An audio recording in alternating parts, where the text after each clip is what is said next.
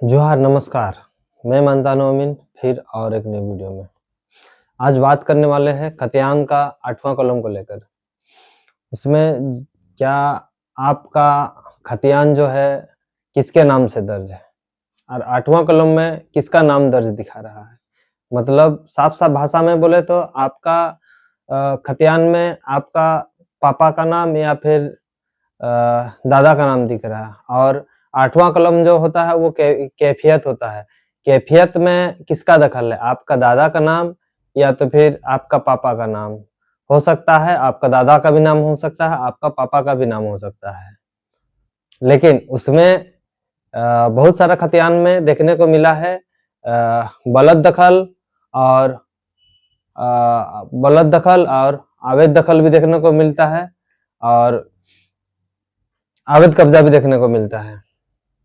इसको लेकर आज हम लोग बात करेंगे और इसी को लेकर आज विशेष चर्चा करेंगे।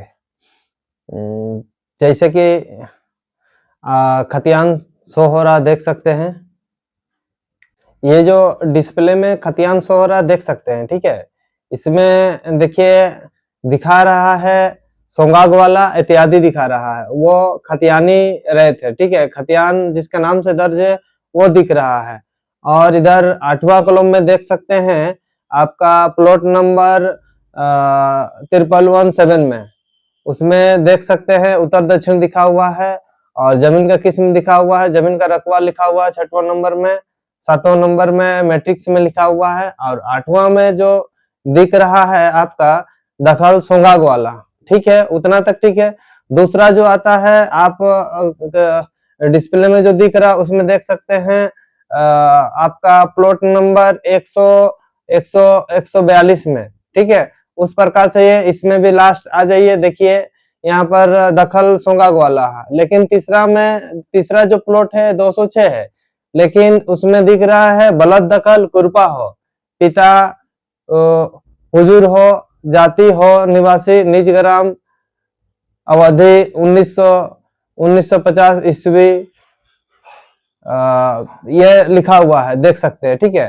तो इसमें जो है लिखा हुआ है जहां आपका सोंगाग वाला दिखा रहा है उसमें बलद दखल कुरपा हो, ये तो ग्वाला जनरल कैटेगरी में आता है, उसमें आपका दखल में दिखा रहा है क्या, बलद दखल कुरपा हो। तो ये जो जमीन है मालिक समझ रहा है कि मेरे पास है, लेकिन वो जमीन वो मालिक के पास नहीं है, वो सोंगा ग्वाला के पास नहीं है, वो जमीन है कुरपा हो के पास। यही देखिए तो बलद दखल लिखा हुआ है, कहीं अवैध दखल भी लिखे मिलेगा।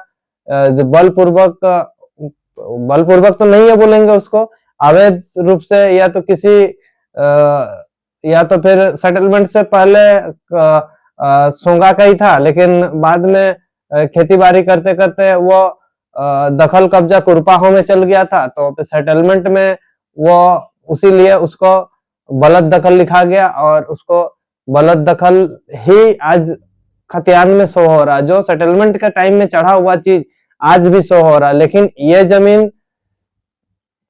जो जमीन है ये आपका होते हुए भी यह जमीन दूसरा कोई कब्जा करके अभी तक बैठा हुआ है।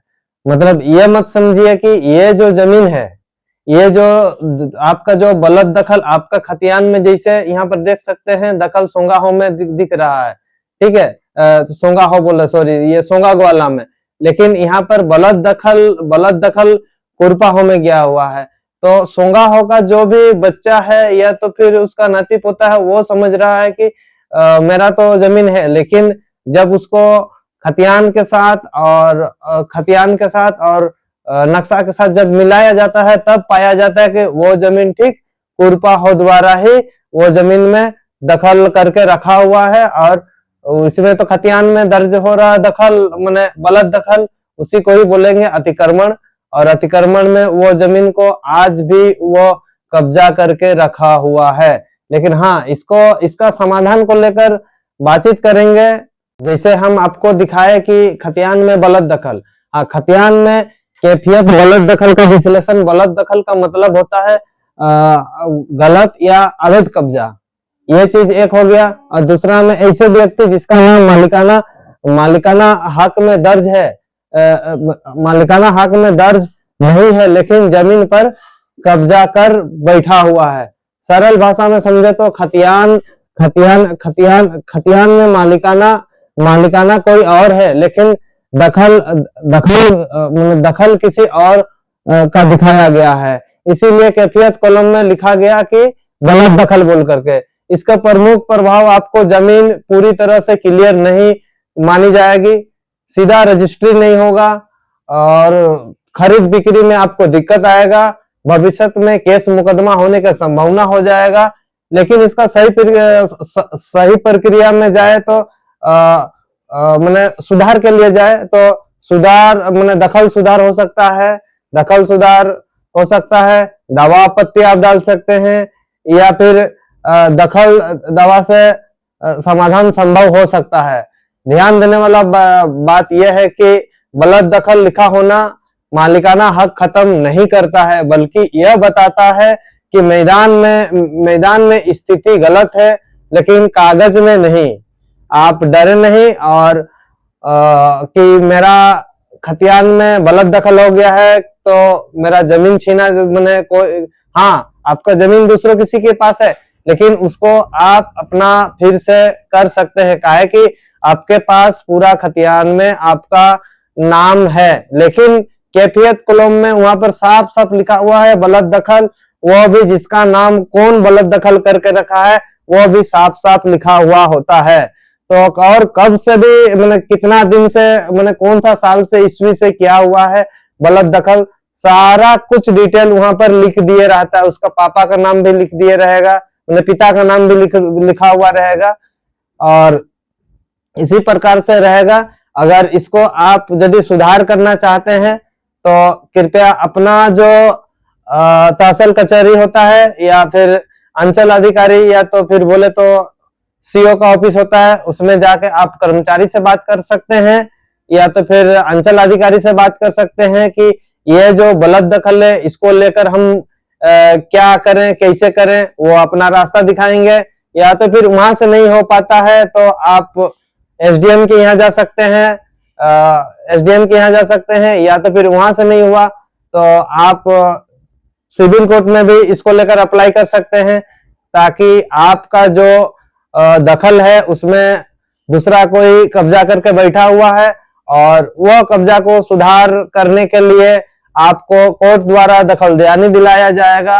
अंचल में मैंने आप जब सारा प्रोसेस आपका खत्म होगा तो कोर्ट से एक लेटर जाएगा अंचल में और अंचल द्वारा कर्मचारी अमीन और वहां के जो अंचल अधिकारी होते हैं उसके द्वारा आपको जमीन का दखलदेनी दिलाया जाएगा और अवैध कब्जा से मुक्त कराया जाएगा। धन्यवाद। इसको लेकर इतना ही आज बात करते हैं और ऐसे वीडियो का जानकारी चाहिए इसको लेकर तो आप हमको कमेंट में आप लिख सकते हैं, अपना हाई करके लिखिए और मैं आपको फेसबुक से कांटेक्ट करूंगा और आपको सारा जानकारी दूंगा, आपसे बात करूंगा। धन्यवाद, बने रहे तब तक के लिए। जोहार।